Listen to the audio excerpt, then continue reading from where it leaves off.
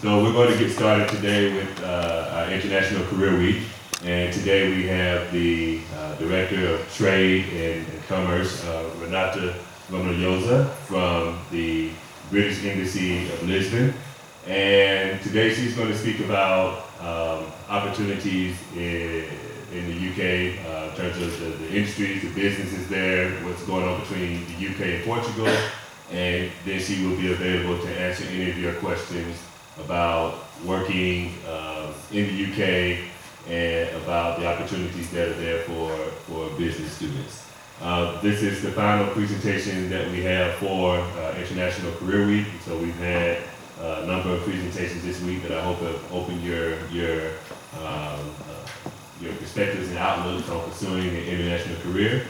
And with that, I'm going to turn the presentation over to Renata. Thank you, Roderick. Well, thank you very much for the invitation to the British Embassy to be here today. As you probably gathered by now, I'm not British, I'm a Portuguese, and I'm not a diplomat either, which is something that you would expect from someone that works in the British Embassy. But the UK Trade and Investment side is really the government's agency that supports UK businesses to export and foreign businesses to invest in the UK. And therefore, there is a recognition that if you have a local person to do that job, you do it better. So that's why you have a Portuguese doing this job in the embassy.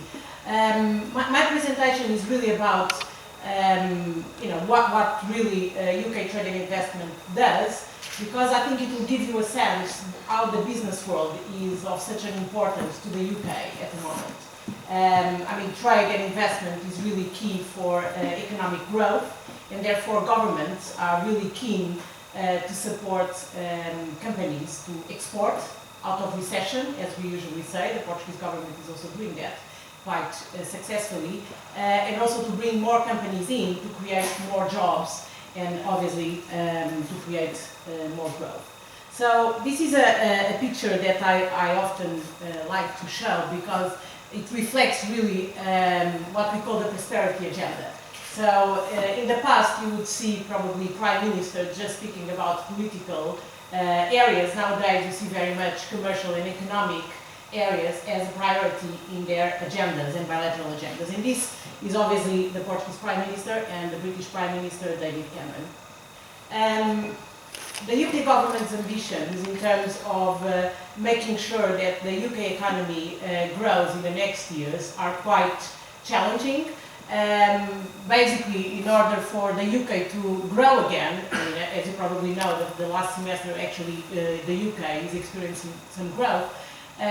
These are really the vision of the government, which we need to double our UK exports to 1 trillion a year by 2020, and we need to get 100,000 UK SMEs more to export, which is really challenging, bearing in mind that there are companies around the world that never exported, and they actually, most of the times, are very, it's very hard for them to sell in their own domestic market. But this is really a very kind of very strong vision from this coalition government.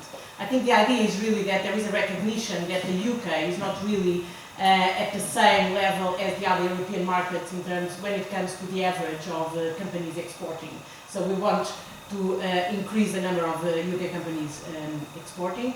And then in terms of attracting foreign direct investment, we also have a numeric value, which is really we need to attract 1 trillion by 2020. So if this is all very, very nice, but if you think about that, that will really bring a very dynamic economy, which obviously will create a lot of jobs to people like you, I guess. So what do we do? We UKTI is a multinational. Obviously, our shareholders are governments, and therefore, it's kind of difficult to say that we are a multinational, but we are. We operate as a business company with 2 shareholders. One is the BIS, which is the government department that looks at business and innovation and skills, and the other one is the Foreign Office, which really looks at the diplomatic world. So we do a lot of work in Portugal in supporting UK companies to come to Portugal to export, and more lately, and I'll talk about that a bit further, we think that Portugal is an excellent springboard to the Lusophone community because of our cultural and economic links with this world, which is not so fluent for UK companies. So we have a team of 10 people here in Lisbon, and we work with under project management approach. So we identify what are the large opportunities for UK businesses here in Portugal, and we develop projects. How are we going to achieve a strategy? How are we going to make sure that these companies are going to be successful in the market in an horizon of 2 to 3 years? So we have very tough targets. That's why I say that we are kind of a multinational, because we have a number of UK SMEs that we need to support every year. We have a number of business contracts that we need to achieve every year of a minimum of £100,000. We have quality targets, so all our customers need to say that we are great. So we have a 90% quality target. We also have a number of Portuguese companies that need either to expand or to invest for the first time in the UK market, which, for you to have an idea, this year is about 13. And out of those, we have very tough criteria of what we call high-value companies, which means that they either create a number of jobs that are over a threshold arranged by UKTI, or really need to match these CAPEX targets that UKTI established for us.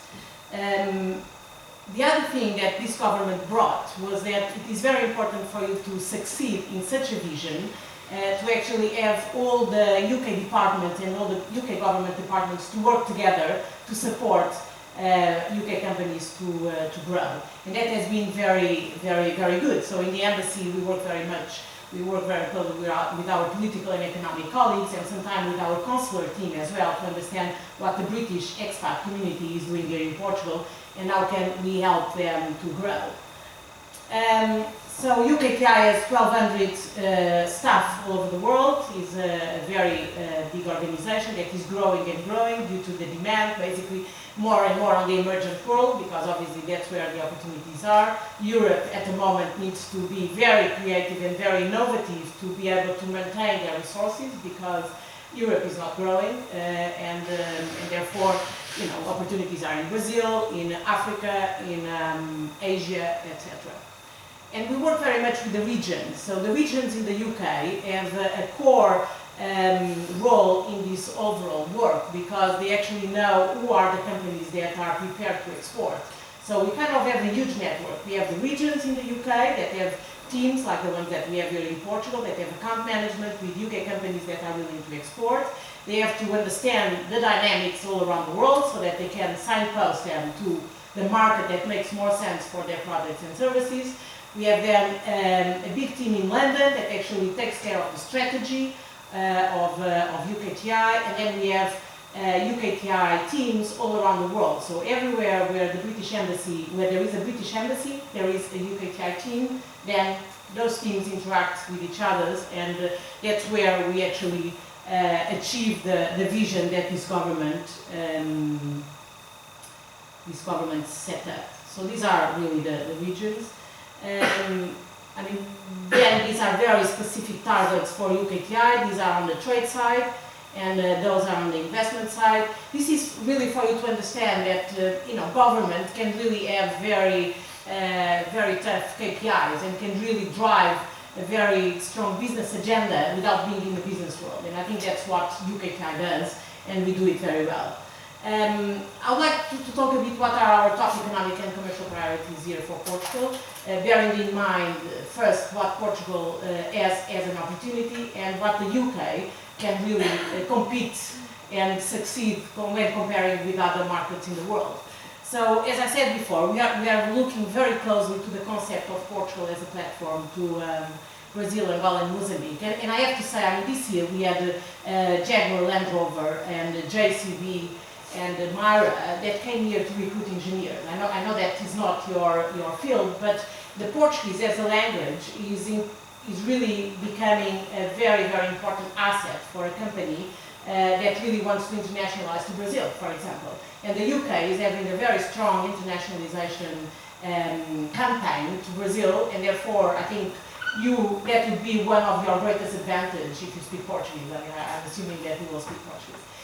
Because that is becoming a really interesting skill in the UK at the moment, and I guess elsewhere in Europe. So these companies came exactly to roadshow in Portugal. You know, we did a number of engineering universities to recruit Portuguese engineers because they are really well recognized for their skills, but also because of the Portuguese, as I was saying.